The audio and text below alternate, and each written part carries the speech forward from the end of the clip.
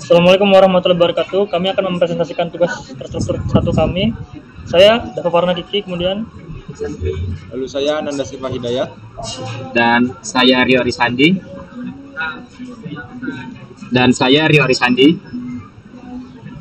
Oke, yang pertama akan dibacakan oleh Rio Arisandi. Silakan. Kepada Rio Arisandi. Baik. Pertama di sini terdapat pendahuluan. Pemerintah daerah berencana mengembangkan sistem input biodata penduduk untuk memudahkan pendaftaran dan pencatatan data kependudukan secara online. Yang mana nantinya sistem ini akan digunakan oleh warga untuk menginput data pribadi seperti KTP, alamat, status pernikahan, dan informasi keluarga lainnya. Nah, tujuan dari sistem ini sendiri adalah untuk meningkatkan efisiensi proses pencatatan data penduduk, sekaligus mengurangi kesalahan manual dalam pengisian dan pengolahan data. Oke, selanjutnya kita masuk ke pembahasan. Yang pertama ada penelitian pengguna atau user research. Tahapan ini dilakukan untuk mengidentifikasi permasalahan dan kebutuhan pengguna dalam pengembangan sistem input biodata penduduk. Tujuan utama dari penelitian ini untuk memahami harapan, keluhan, serta kendala yang dialami penduduk ketika menginput data kependudukan. Di sini kami menggunakan Google Form untuk melakukan survei yang dilakukan secara online. Nah, di sini terdapat persentase dari jawaban warga setelah kami lakukan survei tersebut. Bisa di-scroll ke bawah. Nah, ini adalah persentase atau jawaban dari warga yang kami lakukan survei. Dari survei yang kami lakukan di atas, kami bisa menyimpulkan identifikasi pengguna, yaitu penggunanya sendiri, warga yang akan melakukan pendaftaran dan pencatatan data kependudukan secara online. Pengalaman, responden memiliki pengalaman sebelumnya dalam menggunakan sistem input biodata penduduk. Namun beberapa dari mereka mengungkapkan kesulitan tertentu. Selanjutnya kami juga bisa memahami kebutuhan pengguna setelah melakukan survei tersebut. Nah, di sini pengguna atau warga tersebut membutuhkan sistem yang mudah digunakan dengan navigasi yang sederhana dan pengisian data yang efisien, serta fitur panduan pengisian biodata untuk meminimalkan kesalahan pengisian data. Selanjutnya di sini juga terdapat tantangan dari pengguna atau dari warga.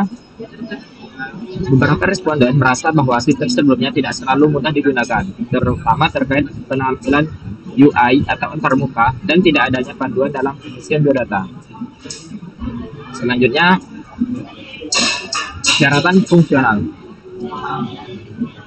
Yang pertama itu terdapat validasi data, yang kedua terdapat panduan pengisian layar, yang ketiga terdapat kemampuan edit data, dan yang terakhir terdapat dukungan bantuan. Selanjutnya, di sini kami juga mendapatkan persyaratan non-fungsional dari survei yang kami lakukan. Yang pertama itu aksesibilitas. Ini warga meminta bahwa antarmuka tersebut harus sederhana dengan tata letak 2 kolom dan ukuran teks yang nyaman dibaca untuk memudahkan pengguna. Yang kedua, mengenai kinerja. Sistem harus mampu berfungsi secara efisien dan responsif. Dan yang terakhir, navigasi yang mudah. Pengguna lebih memilih tata letak form dalam satu ukuran penuh atau beberapa langkah yang jelas dan terstruktur. Selanjutnya, untuk persyaratan perangkat dari si responden sendiri, yaitu mayoritas dari responden kita itu menggunakan perangkat seperti laptop atau smartphone. Nah, selanjutnya persyaratan user experience atau UX. Yang pertama itu navigasi dan terbuka. Nah, yang harus diperhatikan di sini, button seperti simpan itu harus ditempatkan pada posisi yang jelas dan mudah diakses. Yang kedua itu mereka meminta untuk fitur simpan otomatis. Selanjutnya akan dibacakan oleh Dava Farna Kiki. Oke, selanjutnya adalah desain konseptual atau conceptual design. Desain konsep telur sendiri kita menggunakan wireframe atau kerangka representasi visual untuk menjawab kebutuhan pengguna dari hasil penelitian yang telah dilakukan yang berupa mengatur elemen-elemen dan aplikasi, baik untuk website maupun mobile dengan memutuskan keinginan pengguna. Nah, di sini adalah bentuk tampilan wireframe-nya, bahan utama untuk websitenya. Di sini kita dapat melihat beberapa informasi. Yang pertama ada logo si penduduk, menu navigasi, kotak pencarian, header atau judul utama, gambar banner, form login, dan bantuan WhatsApp. Lalu ada juga footer.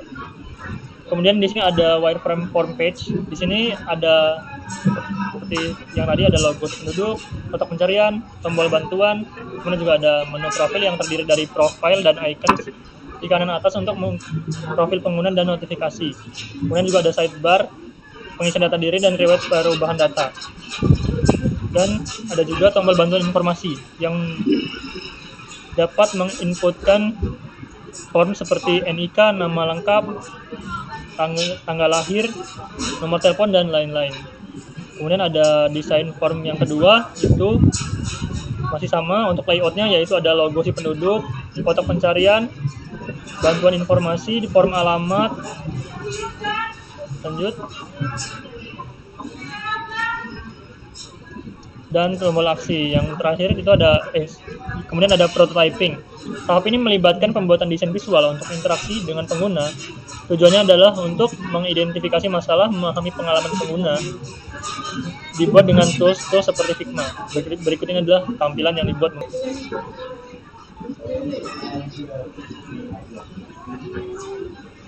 Oke, selanjutnya akan dibacakan oleh Ananda Seva. Silakan.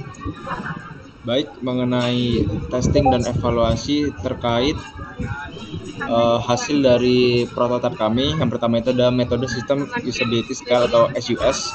Itu digunakan untuk mengukur penggunaan sistem dari perspektif pengguna. Evaluasi dilakukan dengan kuesioner yang terdiri dari 10 pertanyaan terkait UI sistem dari si penduduk yang kita miliki. Setiap pertanyaan itu dinilai dengan skala 1 sampai 5.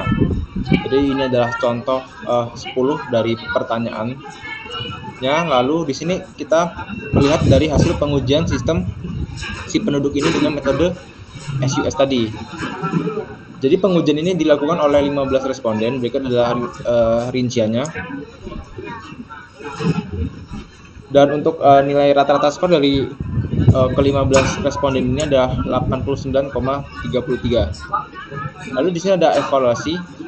Jadi di evaluasi ini adalah sudah menjawab terkait dari hasil metode sistem usability scale kita, yang dimana memperoleh rata-rata skor 89,33 dari 15 responden. Jadi ini menunjukkan kategori yang acceptable dengan grade A dan rating yang good. Jadi untuk mayoritas responden ini merasa puas dengan UI tampilan kami dan kemudahan penggunaan, kejelasan elemen, dan serta tata letak yang baik. Namun beberapa ada saran untuk meningkatkan responsivitas di perangkat mobile, seperti menambahkan fitur bantuan, lalu ada memperjelas navigasi form. Lalu dengan perbaikan ini kami harap si penduduk ini dapat memberikan pengalaman pengguna yang lebih baik dan optimal di masa yang akan datang.